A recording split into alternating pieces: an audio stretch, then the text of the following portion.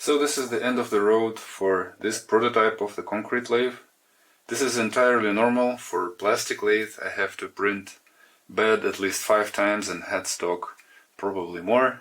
This iteration helped me discover quite a few problems. First of all, this is a weak point, it didn't break yet. The better way would be to make a depression over here and allow the bolt to be inserted first, and then pass in the screwdriver through this spindle stop, and instead of 2 spindle stops I think we'll switch to just having 1. Also, it turned out that I modeled for different BK12 blocks. This plane is slightly too high, it needs to be a few millimeters lower. Looks like I had the wrong model for the ball nut, so it turned out to be larger. I also figured out that I want to allow using standard BF12, so I would have to shift these bolt holes. Breakage over here. Obviously we discovered that the concrete that is just 4 days old is not strong enough, and perhaps this idea of having nuts down below is not the best, because even though the concrete is pretty young, it still should not result in such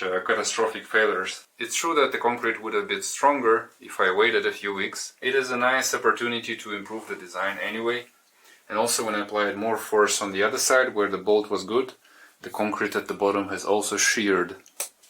The surface quality over here is not great. I reused the side forms and they cracked, so we'll be able to address that.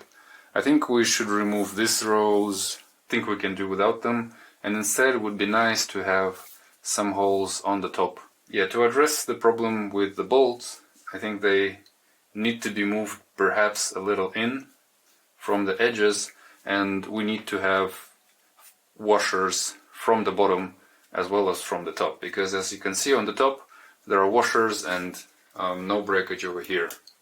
Of course, this concrete is 1 week older, so it's much stronger. Also, I want to iterate on the mold for the bottom side, because last time it was a pretty messy pour, and as you can see the surface is not great here. I also want to try a different concrete that is cheaper and perhaps use steel wires for infill.